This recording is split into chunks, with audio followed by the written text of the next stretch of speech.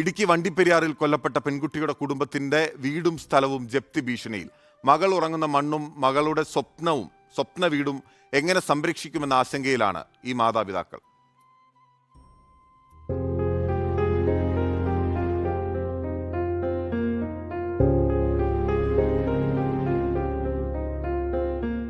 അവളുടെ ആഗ്രഹം കൊണ്ട് കെട്ടിയ മുറി അതൊക്കെ അവൾ തന്നെ ഇഷ്ടപ്പെട്ട് ഈ മുറി എനിക്ക് എന്നുള്ള ഒരു ആഗ്രഹത്തിലാണ് അവക്കെന്ന് പറഞ്ഞത് ആ മുറി ഒരുക്കിയത്.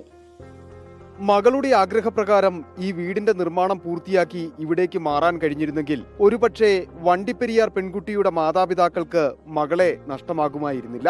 മകളുടെ ആഗ്രഹപ്രകാരം പണിത മുറിയുടെ അടുത്ത് തന്നെ മുറ്റത്താണ് ആ മകൾ ഇപ്പോൾ ഉറങ്ങുന്നത്. മകളുടെ പ്രിയപ്പെട്ട വീട് പലരുടെയും സഹായത്താൽ ഇപ്പോൾ നിർമ്മാണം പൂർത്തീകരിക്കാൻ പണികൾ നടന്നു വരുന്നു. ഇതിനിടയിലാണ് സ്ഥലം ഈടുവെച്ചെടുത്ത ബാങ്ക് വായ്പയിൽ തിരിച്ചടയ്ക്കാത്തതിനാൽ നോട്ടീസ് എത്തിയത്. മകൾ ഉറങ്ങുന്ന മണ്ണ് നഷ്ടപ്പെടാതിരിക്കാൻ 7 ലക്ഷത്തിലധികം രൂപ കണ്ടെത്തണം. പക്ഷെ അവിടെ എപ്പോഴും ചോദിക്കുന്ന കാര്യമാണ്, നമ്മൾ ഈ ലേത്തിലൊന്നും താമസിക്കേണ്ട അമ്മേ, നമുക്ക് മേളിൽ പുതുവേലി ചെന്ന് നമ്മുടെ സ്വന്തം വീട്ടിൽ താമസിക്കണോ, എൻ്റെ ബർത്ത്ഡേ അവിടെ വെച്ച് ആഘോഷിക്കണോ എന്നൊക്കെ അവൾ ആഗ്രഹം കൊണ്ട് പറഞ്ഞ്. അത് കാരണം ഞങ്ങൾക്ക് ഈ വീട് വിട്ടുകൊടുക്കാൻ പറ്റുന്നില്ല. ഞങ്ങൾക്ക് എങ്ങനെയാലും ഈ വീട് ഞങ്ങൾക്ക് വേണം. എൻ്റെ കുഞ്ഞും അവൾ ജീവിക്കുന്നുണ്ടെന്ന് ഞങ്ങൾക്ക് ഇപ്പോഴും ഞങ്ങൾ ഓർത്ത് സമാധാനപ്പെട്ടുകൊണ്ടിരിക്കുന്ന അവർക്കുള്ള വീടാണ് ഇത്. 6 വയസ്സുകാരിയെ നഷ്ടപ്പെട്ട വണ്ടിപ്പെരിയാറിലെ ഈ മാതാപിതാക്കൾക്ക് മറ്റൊരു വളർത്തുമകളുണ്ട്.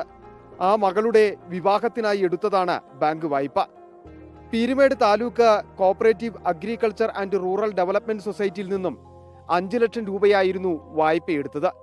ഇതാണിപ്പോൾ 7 ലക്ഷം രൂപയിലധികമുള്ള ബാധ്യതയായി മാറിയിരിക്കുന്നത്. മകളുടെ നീതിക്ക് വേണ്ടിയുള്ള നിയമ പോരാട്ടം തുടരുമ്പോൾ അതേ മകളുടെ വലിയ സ്വപ്നമായിരുന്ന വീടും മകൾ ഉറങ്ങുന്ന മണ്ണും ഇന്ന് ജപ്തി ഭീഷണിയിലാണ്. ഇതെങ്ങനെ തിരിച്ചു പിടിക്കാമെന്ന ചിന്തയിലാണ് ഈ മാതാപിതാക്കൾ. വീഡിയോ ജേർണലിസ്റ്റ് ജിതിൻ ജോസഫിനൊപ്പം reporter Sandeep Rajakkad, in reporter, Idukki.